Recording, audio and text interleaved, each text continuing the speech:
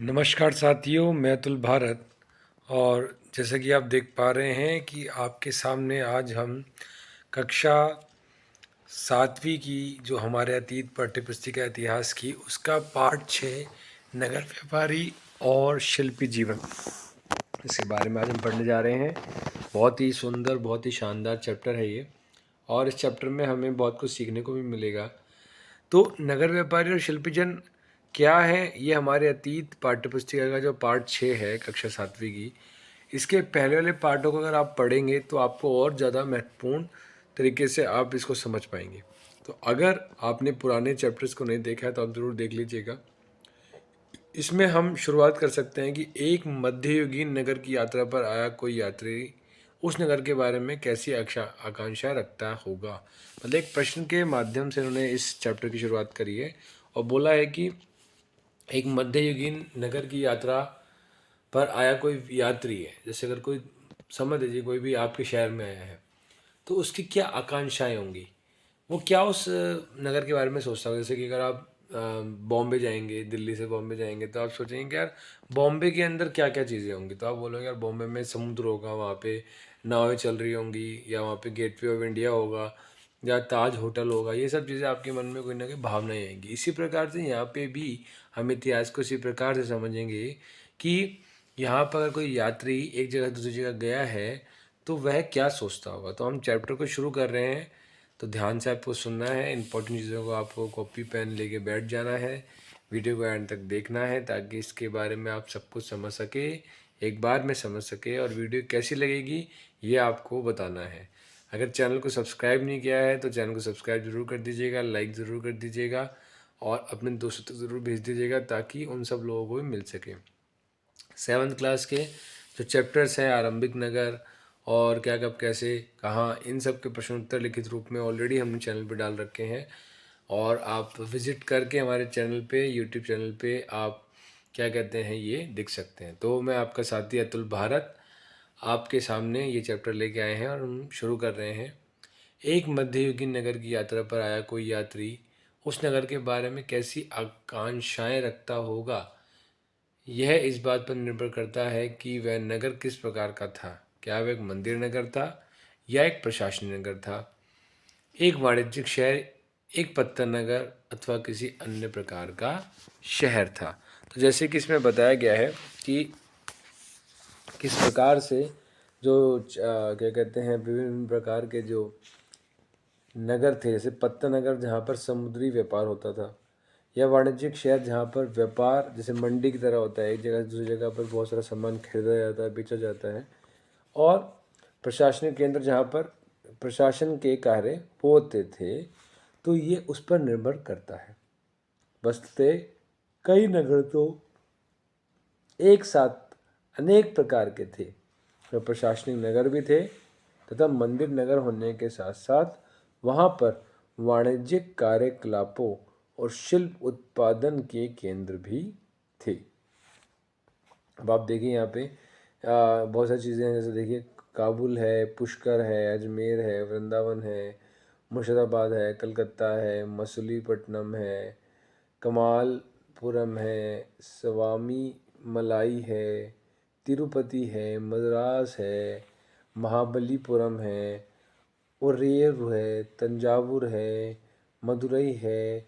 ये सब जो है, ये जो आपको है, ये देखेंगे कि मध्य दक्षिण भारत में व्यापार और शिल्प कार्य उत्पादन के प्रमुख केंद्र मानचित्र 1 में आपने यहाँ पे अभी देखे। ठीक है, और भी बहुत सारे थे, थोड़ा आप देख सकते हैं। ठीक है, कि लक्षद्वीप को जो बम्बई है, सोमनाथ है, अहमदाबाद है, सूरत है, हम्पी है।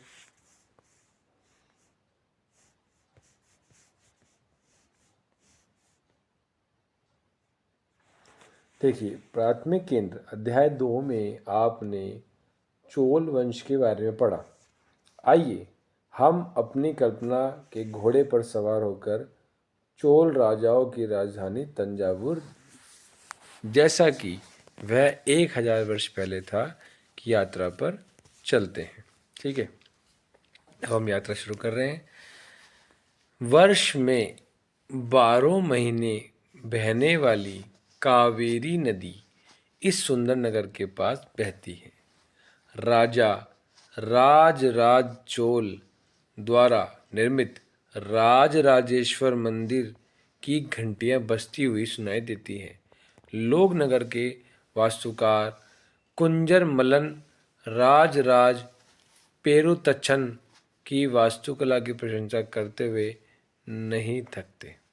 हमें वास्तुकार का नाम इसलिए पता है क्योंकि उसने गर्व से अपने नाम को मंदिर की दीवार पर उत्कीर्ण किया, मंदिर के भीतर एक विशाल शिवलिंग स्थापित किया। तो मंदिर के क्या कहते हैं, ऊपर उन्होंने मंदिर की दीवारों पर अपना नाम भी लिखा कि मैंने ये जो है निर्माण किया, इसका वास्तुकार हूँ मैं, और मंदिर के भीतर एक विशाल शिवलिंग भी स्थापित किया। इस मंदिर के अलावा नगर में अनेक राजमहल है जिनमें कई मंडप बने हुए हैं। राजा लोग इन मंडपों में अपना दरबार लगाते हैं। यही देखिए, मंडप का अर्थ आप ध्यान रखना, मंडप जैसे शादी का मंडप होता है ना, तो ऐसे मंडप का मतलब होता है टेंट। तो टेंट एक ऐसा स्थान होता है जहाँ पर क्या कहते हैं, मतलब जो राजा लोग थे वो अपना दरबार लगाते थे, बहुत सारे लोग वहाँ पे बैठते थे और वहाँ पर विभिन्न प्रकार के मुद्दों के ऊपर बातचीत हुआ करती थी। यहीं से वे अपने अधीनस्थों के लिए आदेश जारी करते थे। नगर में सैन्य शिविर भी बने हैं। नगर उन बाजारों की हलचल से भरा हुआ है जहाँ अनाज, मसाले, कपड़े और आभूषणों की बिक्री हो रही है। अर्थात नगर में वे बाजार हैं जहाँ पर हलचल बहुत सारी है, जहाँ अनाज, मसालों, कपड़ों और आभूषणों की बिक्री भी हो रही है। नगर के लिए जल की आपूर्ति कुआं और तालाबों से होती है।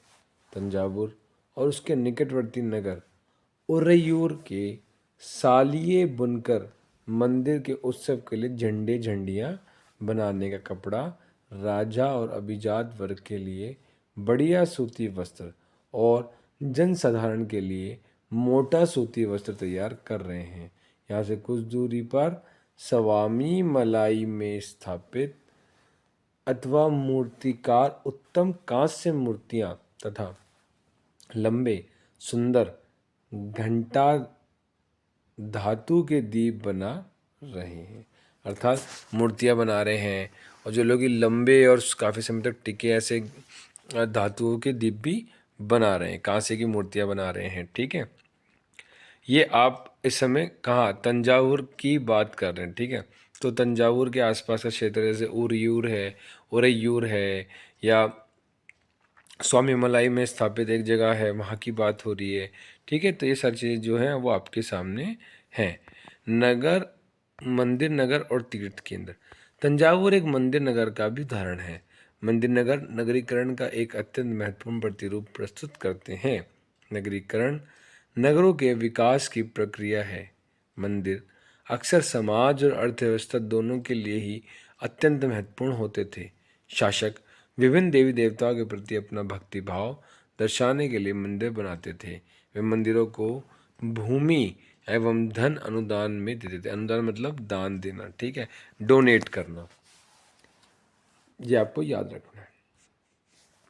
जिनकी आय से धार्मिक अनुष्ठान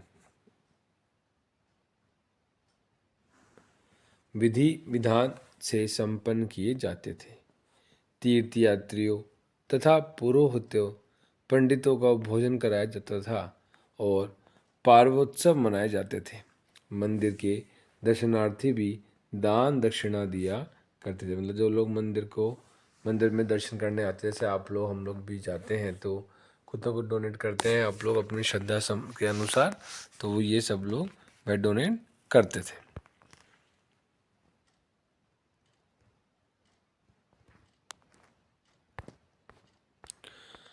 आपके मत में लोग तंजावुर को एक महान नगर क्यों मानते थे? तो ये आपके लिए एक प्रश्न है और आप बताइए किस प्रकार से मानते थे।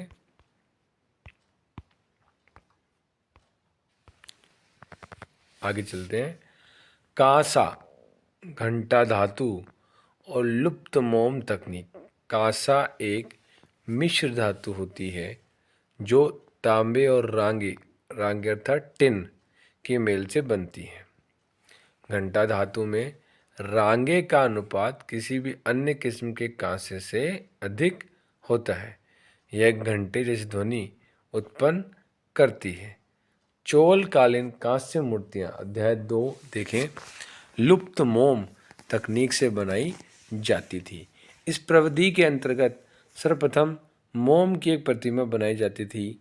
इसे चिकनी मिट्टी से ऊपरी तरह लीप कर सूखने के लिए छोड़ दिया जाता था।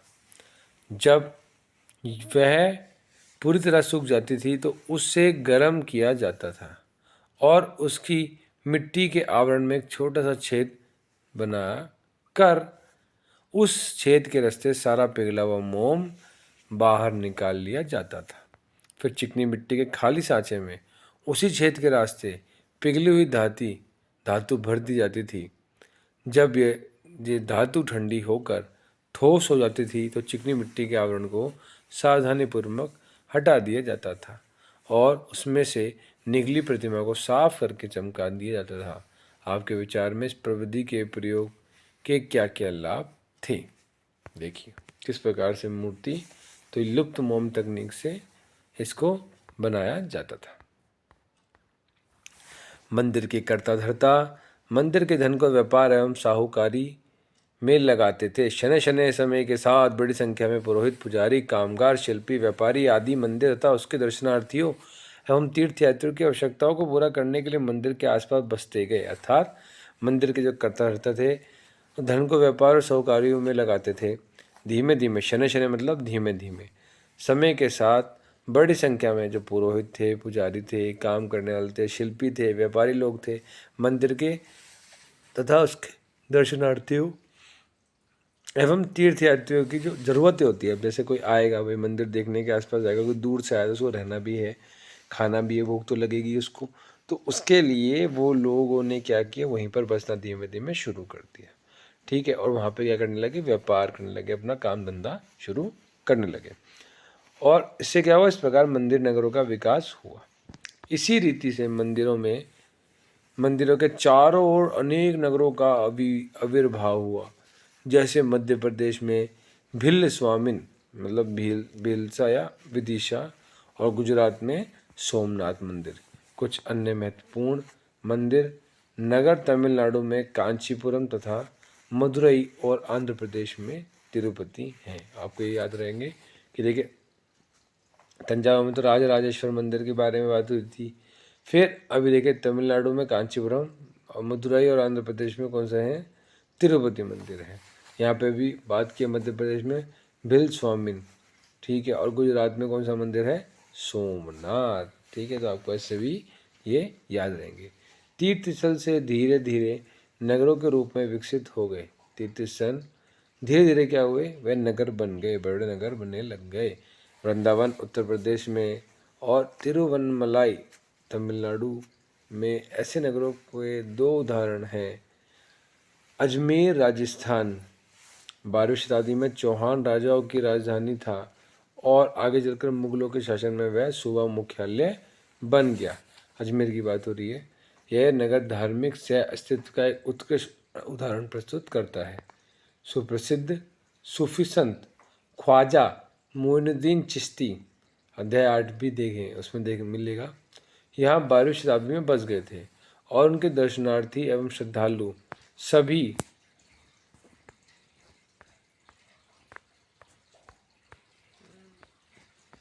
क्या करते, सभी पंथों मतों के हुआ करते थे। अजमेर के पास ही पुष्कर सरोवर है जहाँ प्राचीन काल से ही तीर्थयात्री आते रहे हैं।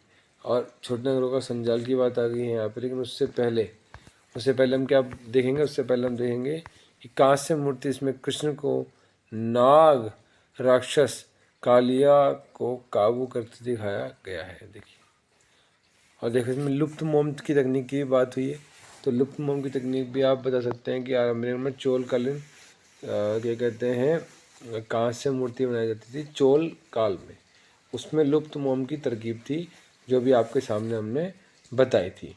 ठीक है, तो आपको याद रखना है कि अगर ऐसे ही चैप्टर की जानकारी के लिए आपको चैनल को सब्सक्राइब जरूर कर देना याद से, ताकि आपकी पढ़ाई में कोई भी रुकावट नहीं आए। और जो भी प्रश्न उत्तर आप लोगों ने अभी तक नहीं किए हैं, तो चैनल को सब्सक्राइब करके प्रश्न उत्तर आप कर सकते हैं। वीडियो को आपने देखा यहाँ तक, और इसके नेक्स्ट वीडियो में हम वीडियो का जो नेक्स्ट जो पार्ट है, ठीक है, वो हम करेंगे। नेक्स्ट जो पार्ट है छोटे नगरों का संजाल है, उसको हम निपटाएंगे। लेकिन आपको अभी नहीं जाना है। अभी मैं आपको बता दूं कि सर्दी का टाइम है, धीमे धीमे ठंड जो है वो बढ़ती जा रही है। आपको पढ़ाई में आपको आलस आएगा, नींद आएगी, तो अपने चित्त को अच्छा रखने के लिए, अपने टेंशन को बढ़िया रखने के लिए आपको सहज योगा मेडिटेशन करना है। सहज योगा मेडिटेशन का लिंक आपको डिस्क्रिप्शन बॉक्स में मिल जाएगा।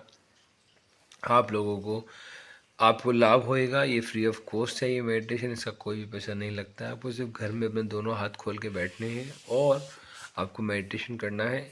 सारा गाइडेंस इस वीडियो के थ्रू आपको मिल जाएगा, जो कि आपको डिस्क्रिप्शन बॉक्स में मिलेगा। सहज योगा आप खुद भी सर्च कर सकते हैं यूट्यूब पे। अगर आप सहजयोगा.org लिखते हैं तो भी आपको बहुत सारी नॉलेज सहज योग के बारे में मिल जाती है। वीडियो कैसी लगी ज़रूर आप बताइएगा। और कोई प्रश्न है, किसी प्रकार का प्रश्न है, आप ज़रूर चैनल को सब्सक्राइब कीजिए। नीचे लिंक में या नीचे कमेंट बॉक्स में आप लिखिए। हम हर संभव प्रयास करेंगे कि आपकी पढ़ाई अच्छी हो जाए और आप एक अच्छे स्टूडेंट बन सकें। अगर कोई प्रश्न है, कोई भी त्रुटि है, तो आप हमें बताइए, हम आपकी सहायता करेंगे और आपके अच्छे भविष्य की कामना करते हैं। नेक्स्ट वीडियो छोटे नगरों का संजाल है, इसको हम जल्दी लेके आएंगे। एक आध दिन में आपको मिल जाएगी, तो आप पढ़ते रहिए, मस्त रहिए। इस वीडियो को दोस्तों तक ज़रूर पहुँचाइए। जल्दी से जल्दी मिलेंगे, तब तक के लिए जय हिंद, जय भारत। और आपकी पढ़ाई अच्छी रहे, इसी की कामना करते हैं। सहज योग मेडिटेशन से ही आपकी पढ़ाई अच्छी होगी। आप ज़रूर सहज योग मेडिटेशन कीजिए। सहजयोगा.org पे भी जाके आप मेडिटेशन कर सकते हैं, और इसके लिंक्स भी डिस्क्रिप्शन बॉक्स में हैं, जो कि आपको काफ़ी फ़ायदा करेंगे। जल्दी मिलेंगे नेक्स्ट वीडियो में, तब तक के लिए जय हिंद, जय भारत। स्वस्थ रहिए, मस्त रहिए, पढ़ते रहिए, अपने गर्म रखिए, गर्म कपड़े पहनिए। बीमार नहीं होना है, क्योंकि एग्ज़ाम बहुत पास में है। और जल्दी मिलेंगे, अपना ध्यान रखिएगा।